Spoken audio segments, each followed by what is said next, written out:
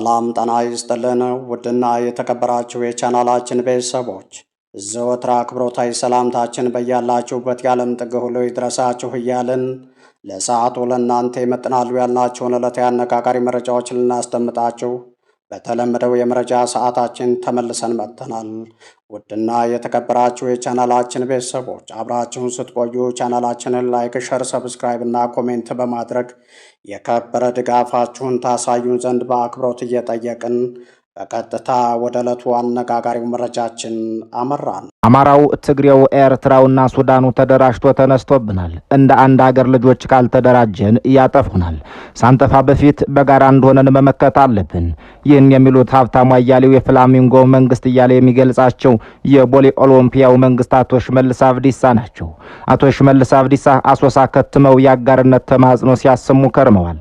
ግራ አጋብተን አታለልናቸው፣ ሰብረን በሰበሩን ቦታ ላይ እነሱ ጣልናቸው በሚለው ንግግራቸው የሚታወቁት እኒህ ሰው ዛሬ ካልተባበርን ያጠፉናል እያሉ ናቸው።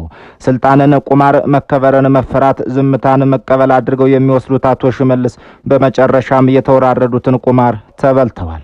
ካልተባበርን እንወድቃለን በሚል ተጨማሪ ተረካዥ እየፈለጉ ናቸው። ዩናይትድ አረብ ኤምሬትን ድሮኗንና ዶላሯን በገዛ ሀገርና ወገናቸው ላይ ረክዘው የተበሉ የሚመስሉት ፕሬዝደንቱ ፊታቸውን ወደ አሶሳና ነቀምት አዙረው ተጨማሪ ተረካዥ እየፈለጉ ናቸው። በዚያ እንዲህ እየሆነ ነው። በዚህ ደግሞ ዘመነ ካሴ ከቤኒሻንጉል ጉሙዝ ታጣቂዎች ጋር የጋራ ግንባር ፈጥረው የመሳሪያ የገንዘብና የትጥቅ ዝውውሮችን በነጻነት እየፈጸሙ ስለመሆናቸው እየተነገረ ነው። ቤኒሻንጉል ጉሙዝ ክልል ብልጽግናና ፋኖ በሚጫወቱት ፖለቲካዊ ቁማር ውስጥ ሁለቱም ወገን የተረከዘ ማስያዣ ይመስላል። በዚያ አቶ ሽመልስ አብዲሳ ቤተ መንግስታቸውን ገንብተው ትናንት አስመርቀዋል። በዚያም አቶ ዘመነ ካሴ የሚንቀሳቀሱ ታጣቂዎችን አግኝተው አነጋግረው እስረኛ አስፈትተዋል።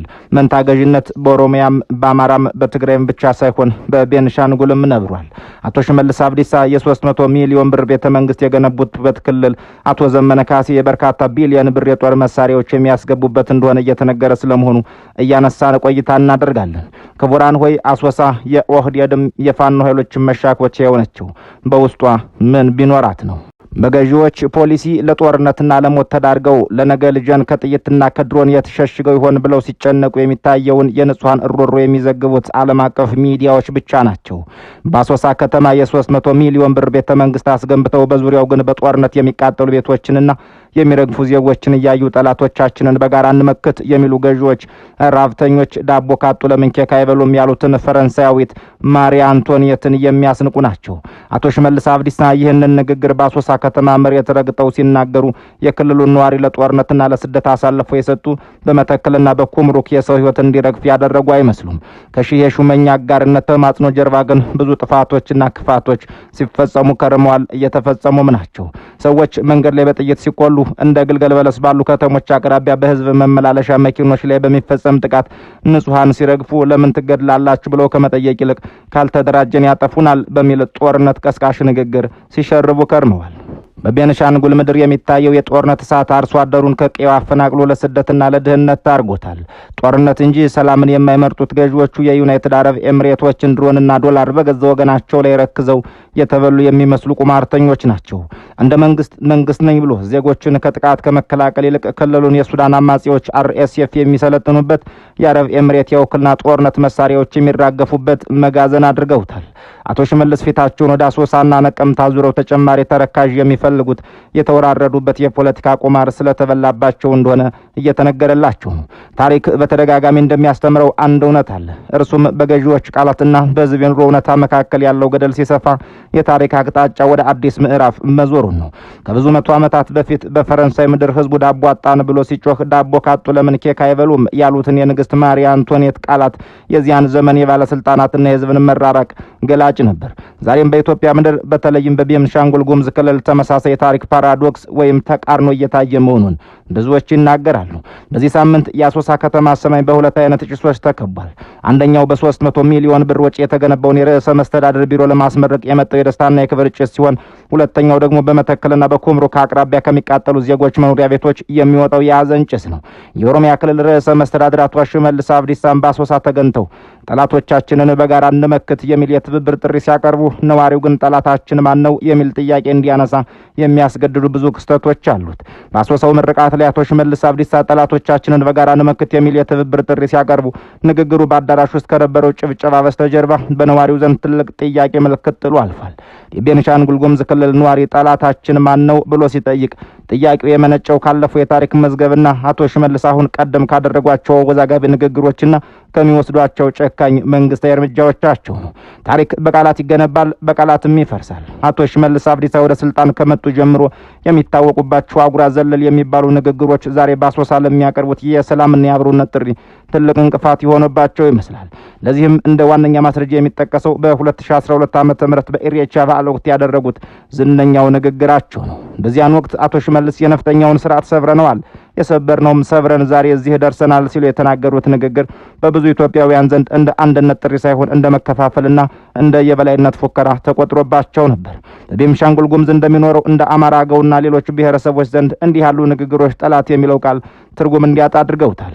ባለስልጣኑ ጠላትን በጋራ እንመክት ሲሉ ነዋሪው የሚያስታውሰው ያንን ሰብረነዋል የሚለውን ንግግራቸውን ነው።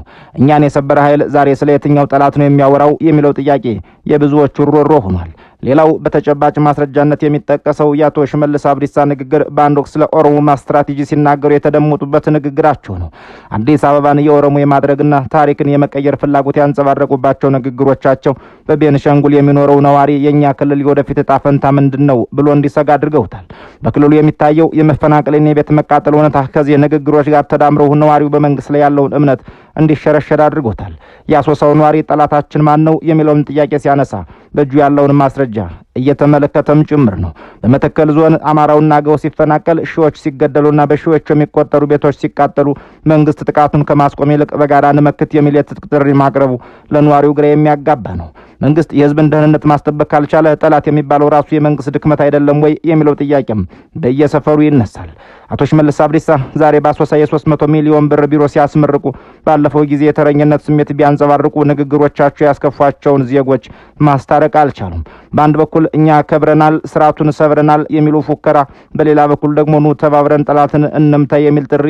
ይህ ተቃርኖ ወይም ፓራዶክስ ነው ዛሬ ቤኒሻንጉልን በጥርጣሬ ደመና ውስጥ ሲከተታት። ፍልስፍናዊ ጥያቄ የሚነሳውም እዚሁ ጋር ነው። አንድ መሪ ጠላት መጣብ ብሎ ህዝብን ለመቀስቀስ መጀመሪያ ያ ህዝብ መሪውን እንደ ወዳጅና እንደ ጠባቂ ሊያየው አይገባምን? ይሁን እንጂ አቶ ሽመልስ ካሁን ቀደም በየአደባባዩ የተናገሯቸውን ንግግሮች የተወሰኑ የህብረተሰብ ክፍሎች የድሮ ስርዓት ናፋቂ ወይም ጠላት አድርገው እየፈረጁ ነበሩ። ዛሬ ደግሞ ያንን ህዝብ ጠላትን በጋራ እንመክት ሲሉት ህዝቡ መጀመሪያ እኛን ጠላት ማድረጋችሁን አቁሙ የሚል ምላሽ እየሰጠ ይገኛል። በመተከል ማንዱራና አሽንክት የታየውን የንጹሃን እልቂትና የሀብት ንብረት ውድመትና የመኖሪያ ቤት መቃጠል አቶ ሽመልስ በአሶሳ ከሚያሳዩት የምርቃት ፈገግታ ጋር የሚጣጣም አይደለም። ባለስልጣኑ ግንኙነታችንን እናድሳለን ሲሉም ይህ ግንኙነት በቃላት ሳይሆን በተግባርና ባለፉት ስህተቶች ላይ ይቅርታ በመጠየቅ መጀመር ነበረበት። የቤኒሻንጉል ነዋሪዎች እንደሚሉት እውነተኛው ጠላትነት የሚመጣው ህዝብን በብሔር ከሚከፍሉና ሰብረኗል ከሚሉ አጉራ ዘለል ንግግሮች ውስጥ ነው። የሽመልስ አብዲሳ የቃላት አሻራ በቤኒሻንጉል ምድር ላይ ጥልቅ ጠባሳ ጥሏል። አንድ 300 ሚሊዮን ብር የፈሰሰበትን ህንጻ ያንን ጠባሳ ሊክሰው የሚችል አይመስልም። ህዝቡ ጠላታችን ማን ነው ብሎ መጠየቁን የሚቀጥለው በመሪዎቹ ዘንድ የዛሬውን የአብሮነት ቃል ከትናንቱ የመሰባበር ፉከራ ጋር ማስታረቅ ስላልቻለ ነው። በአንድ በኩል የሚታየው ህንጻዎች ምርቃትና በሌላ በኩል የሚሰማው የጥይቶች ድምጽ በዜጎች ህይወት ላይ የሚያሳድረውን ስነ ልቦናዊና ማህበራዊ ጫና ማስታወስም ለዚሁ ድምዳሜ በቂ ማሳያ ነው። አሶሳ ከተማ የክልሉ መናገሻ ከተማ ናት። በዚያ ከተማ በ300 ሚሊዮን ብር ወጪ የተገነባ አዲስ ቢሮ ተመርቋል። አቶ ሽመልስ አብዲሳ ይህንን ቢሮ ሲመርቁ ስለ ክልሎች ግንኙነትና ስለ አብሮነት በሰፊው ተናግረዋል። ይሁን እንጂ ግንኙነት የሚለው ቃል ለአንድ የአሶሳ ነዋሪ የሚሰጠው ትርጉም በታሪክ መጽሐፍት ካለው እየተለየ ነው። አንድን ክልል ከሀገሪቷ ዋና ማዕከል አዲስ አበባ ጋር የሚያገናኘውን የየብስ መንገድ ለዓመታት በጸጥታ ችግር ምክንያት ተዘግቷል። አንድ ተራ ነጋዴ፣ ተማሪ ወይም ታካሚ ወደ አዲስ አበባ ለመጓዝ የግድ በውድ ዋጋ የአውሮፕላን ትኬት ለመቁረጥ ይገደዳል። ይህ በኢኮኖሚ የታነቀ ህዝብ ባለበት ሁኔታ 300 ሚሊዮን ብር ለቢሮ ግንባታ መዋል በቅድሚያ ሊሰሩ የሚገባቸውን ፕራዮሪቲዎች ተግባራት ላይ ጥያቄ ያስነሳል። የልማት ፍልስፍና የህዝብን መሰረታዊ ችግር መፍታት እስከሆነ ድረስ ከአውሮፕላን በረራ በስተቀር አማራጭ ያጣው ህዝብ ስለ 300 ሚሊዮን ብር ህንፃ ምርቃት ሲሰማ የሚሰማው ስሜት ምን ሊሆን ይችላል የሚለው ጥያቄ የዘገባችን ዋነኛ ትኩረት ነው። ልክ በአዲስ አበባ የሚታየው የኮሪደር ልማት የውጭ ገጽታ እንደሚያሳምረው እንዲያ ሁሉ በቤንሻንጉልም የውጭ ገጽታው እያማረ ቢሆንም የውስጥ ግንኙነቱና የዜጎች የመንቀሳቀስ ነጻነት ግን በሰንሰለት የታሰረ ይመስላል። የክልሉ ባለስልጣናት በአሶሳ የትብብር ጥሪ ሲያደርጉ በመተከል ዞን ማንዲራ ወረዳ አሸንክት በተባለ ስፍራ ግን ሌላ ታሪክ እየተጻፈ ነበር። የመንግስት የጸጥታ ኃይሎች መከላከያን፣ ፖሊስንና ሚኒሻን በማሰማራት በከፈቱት ዘመቻ በሳምንቱ መጨረሻ ከፍተኛ ሰብአዊ ጉዳት መድረሱን የአካባቢው ነዋሪዎች ይናገራሉ። በዚህ ወታደራዊ እርምጃ ምክንያት በርካታ መኖሪያ ቤቶች ተቃጥለዋል፣ አርሶ አደሮችም ተገድለዋል፣ ህፃናትም የጉዳቱ ሰለባ ከመሆን አልተረፉም። እዚህ ጋር ነው የታሪክ አወቃቀሩ እንዲጋጭ የሚደረገው። ጠላትን እንመክት የሚለው ጥሪና ንጹሃንን መጠበቅ የሚለው የመንግስት ኃላፊነት እንዴት ይጣጣማሉ? በግልገል በለስ አቅራቢያ በህዝብ መመላለሻ ተሽከርካሪ ላይ በደረሰ ጥቃት ደግሞ የክልሉን የጸጥታ ስጋት ምን ያክል ጥልቅ እንደሆነ አመላካች ሆኗል። ነዋሪዎች እንደሚሉት ጦርነቱ በንጹሃንና በተዋጊዎች መካከል ያለውን ልዩነት እያፋጠነው ነው። በአንድ በኩል ጠላት በጋራ እንመክት የሚል ባለስልጣናት ጥሪ ይሰማል። በሌላ በኩል ደግሞ የገዛ ቤቱ የተቃጠለበትና ልጁን ያጣባት ጠላት የማን ነው ብሎ ሲጠይቅ ይስተዋላል። ይህ የሁለት ዓለማት ግጭት በቤንሻንጉል ምድር የዕለት ተዕለት እውነታ ሆኗል። ቤንሻንጉል ጉሙዝ አሁን የሀገር ውስጥ የጸጥታ ችግር ብቻ ያለባት ክልል አይደለችም። በኢትዮጵያና ሱዳን ድንበር ላይ ያለችው ይህች ክልል የውጭ ኃይሎች የውክልና ጦርነት መድረክ ሆናለች የሚሉ ሪፖርቶችም በስፋት እየወጡ ናቸው። በዓለም አቀፍ የጂኦፖለቲካ ተንታኞች እይታ ይህች ምድር የምስራቅ አፍሪካ የኃይል ሚዛን የሚወሰንባት የፖለቲካው መጫወቻ መድረክ ሆናለች። አቶ ሽመልስ አብዲሳ ጠላቶቻችንን እንመክት ሲሉ ጥሪው ከሀገር ውስጥ ፖለቲካ አልፎ ዓለም አቀፋዊ አንድምታ ያለው መሆኑን የታወቁ ዓለም አቀፍ ሚዲያዎች በተደጋጋሚ ዘግበውታል። ክልሉ የውክልና ጦርነት ወይም ፕሮክሲ ዋር አውድማ ሆኗል የሚለው መረጃ በጭብጨባ የሚታለፍ ሳይሆን በዓለም አቀፍ ጋዜጠኞች ምርመራ የተረጋገጠ ጉዳይ ነው። የተባበሩት አረብ ኤሚሬቶች በኢትዮጵያ ውስጥ ጦርነትና በቤንሻንጉል ክልል የጸጥታ ሁኔታ ላይ ስላላቸው ሚና በተጨባጭ ማስረጃዎች እንመልከታቸው። በፈረንጆቹ ታህሳስ 20 ቀን 2021 ዝነኛው ዘ ኒውዮርክ ታይምስ ጋዜጣ ባወጣው ጥልቅ የምርመራ ዘገባው የተባበሩት አረብ ኤሚሬቶች ለኢትዮጵያ መንግስት የምታደርገውን ሚስጥራዊ አየር ድልድይ ወይም ኤርቭሬጅ አጋልጦ ነበር። ዘገባው እንደሚለው ከኤሚሬቶች ወደ ኢትዮጵያ የተደረጉ በመቶዎች የሚቆጠሩ በረራዎች፣ ጉዞዎች የጦር መሳሪያዎችንና ዘመናዊ ድሮኖችን ያጓጓዙ ነበር። እነዚህ ድሮኖች በቤንሻንጉልና በሌሎች ጦርነት ቀጠናዎች ለሚደረጉ ጥቃቶች ዋነኛ መሳሪያ ሆነው ማገልገላቸውን ጋዜጣው የሳተላይት ምስሎችንና የበረራ መረጃዎችን ዋቢ በማድረግ አረጋግጧል። ይህ ማስረጃ የሚያሳየው አቶ ሽመልስ የጋራ ጠላት የሚሉት ኃይል በክልሉ ውስጥ ያለውን እንቅስቃሴ ለመቆጣጠር መንግስታቸው ከውጭ ኃይሎች ጋር ያለውን ትብብር ነው። ነገር ግን ይህ ትብብር ክልልን ለውጭ ኃይሎች መጫወቻነት አሳልፎ ሰጥቷል የሚሉ ስጋቶች በስፋት ይነሳሉ። በሌላ በኩል ከሱዳን ጋር ያለው ድንበርና የውክልና ጦርነት ገጽታ በአልጀዚራ መገናኛ ብዙሃን በተደጋጋሚ ተዘግቧል። በግንቦት ወር በ2022 እና በቅርቡ በ2024 በወጡ ዘገባዎች የቤንሻንጉል ጉሙዝ ክልል የታላቁ የህዳሴ ግድብ መገኛ በመሆኑ ግብጽና ሱዳን ክልሉን እንደ ስትራቴጂካዊ የጦርነት ቀጠና እንደሚመለከቱት ተገልጿል። ሱዳን በኢትዮጵያ የሚንቀሳቀሱ አማጽያንን በተለይም የቤንሻንጉል ጉሙዝ ታጣቂዎችን እንደምትረዳ በምላሹም ኢትዮጵያ የሱዳን አማጺ ኃይሎችን እንደ አርኤስኤፍ ያሉ ኃይሎችን ልታሰለጥን ትችላለች የሚሉ የካርቱም መንግስት ክሶች በዓለም አቀፍ ሚዲያዎች ሲስተጋቡ ቆይተዋል። በተለይም ሱዳን ትሪቡን በሰኔ 2022 ባወጣው ዘገባው በመተከልና በኩምሩክ አካባቢ የሚታየው አለመረጋጋት ከድንበር ተሻጋሪ የፖለቲካ ፍላጎቶች ጋር የተቆራኘ መሆኑን አመላክቷል። ዘገባው እንደሚለው በቤንሻንጉል የሚፈጸሙ ጥቃቶች ብዙ ጊዜ ከሱዳን የሚነሱና የውጭ ድጋፍ ባላቸው ኃይሎች የሚቀነባበሩ ናቸው። ይህም ማለት አቶ ሽመልስ የሚናገሩት ጠላት የውስጥ ብቻ ሳይሆን ዓለም አቀፍ የጂኦፖለቲካ እጅ ያለበት መሆኑን ያረጋግጣል። ዓለም አቀፍ ሚዲያዎች እንደ ዘ ጋርዲያን ያሉ በ2022 ባወጡት ዘገባ በቤንሻንጉል የሚታየው የድሮን ጥቃትና ወታደራዊ እርምጃ በንጹሃን ዜጎች ላይ እያደረሰ ያለው ጉዳት አሳሳቢ መሆኑን ገልጸዋል። አቶ ሽመልስ መንግስታቸው በውጭ ኃይሎች እርዳታ የታጠቀውን ድሮንና ከባድ መሳሪያ በገዛ ዜጎቻቸው ላይ ሲያዙሩ ዓለም አቀፍ የማህበረሰቡና የሰብአዊ መብት ጥሰት በሚል ስጋት እየገለጻቸው ይገኛል። አቶ ሽመልስ ጠላትን እንመክት ሲሉ በዓለም አቀፍ ደረጃ በድሮን ጥቃት የሚገደሉ ህጻናትንና የሚቃጠሉ ቤቶችን ጉዳይ የዘነጉት ይመስላል። የቢቢሲ የምርመራ ክፍል በ2023 ባወጣው ሪፖርቱ በቤንሻንጉልና በኦሮሚያ አዋሳኝ አካባቢዎች የሚደረጉ የድሮን ጥቃቶች ብዙ ጊዜ የንጹሃንን ህይወት የሚቀጥፉ ማስረጃ አስደግፎ አቅርቧል። ቤንሻንጉል ጉሙዝ ዛሬ የሁለት ኃይሎች ፍላጎት መጋጫ ሆናለች። በአንድ በኩል እንደ ኤሚሬቶች ያሉ ኃይሎች የራሳቸውን ቀጠና ተጽዕኖ ለማስፋር የጦር መሳሪያዎችንና የድሮን ኃይሎችን የሚያፈሱባት ምድር ነች። በሌላ በኩል ደግሞ ግብጽና ሱዳን ግድቡን ደህንነት ለማናጋት አማጽያንን የሚረዱባት መድረክ ሆናለች። አቶ ሽመልስ አብዲሳ በአሶሳ ቋመው የሚናገሩት ንግግር ይህን ግዙፍና ውስብስብ ዓለም አቀፋዊ እውነታ የሸፈነ ይመስላል። ነዋሪው ጠላታችን ማን ነው ብሎ ሲጠይቅ ጥያቄው መሰረት ያለው ነው። ጠላቱ በጫካ ያለው ታጣቂ ነው ወይስ ከሰማይ ጥይት የሚያዘንበው ድሮን ወይስ ክልሉን ለውጭ ኃይሎች መጫወቻ ያደረገው የፖለቲካ ስሌት? ዓለም አቀፍ ሚዲያዎች ያቀረቧቸው ተጨባጭ ማስረጃዎች እንደሚያሳዩት ቤንሻንጉል ጉሙዝ ከቀላል የውስጥ ግጭት ወጥታ የዓለም አቀፍ የውክልና ጦርነት ማዕከል ሆናለች። ይህ ደግሞ በሽመልስ አብዲሳ የምርቃት ቃላት ብቻ የሚፈታ ሳይሆን ጥልቅ የሆነ ብሔራዊ ቀጠናዊና የፖለቲካ መፍትሄዎችን የሚሻ ጉዳይ ነው። ክልሉ የሱዳን ጦር የድሮን ጥቃት የሚፈጸምበት፣ የተለያዩ የታጠቁ ኃይሎች የሚንቀሳቀሱበትና የውጭ ኃይሎች የጦር መሳሪያ የሚያራግፉበት ስፍራ ሆኗል የሚሉ መረጃዎች አሳሳቢ ናቸው። በተለይም በኩምሩክ በኩል ያለው የድንበር ነዋሪ መፈናቀል የዚህ ጂኦፖለቲካዊ ውጥረት ውጤት ነው። ዜጎች በገዛ ሀገራቸው ዋስትና አጥተው ሲሰደዱ የመንግስት ዋነኛ ትኩረት የድንበር ደህንነትን ማስከበርና የዜጎችን ሕይወት መታደግ መሆን ነበረበት።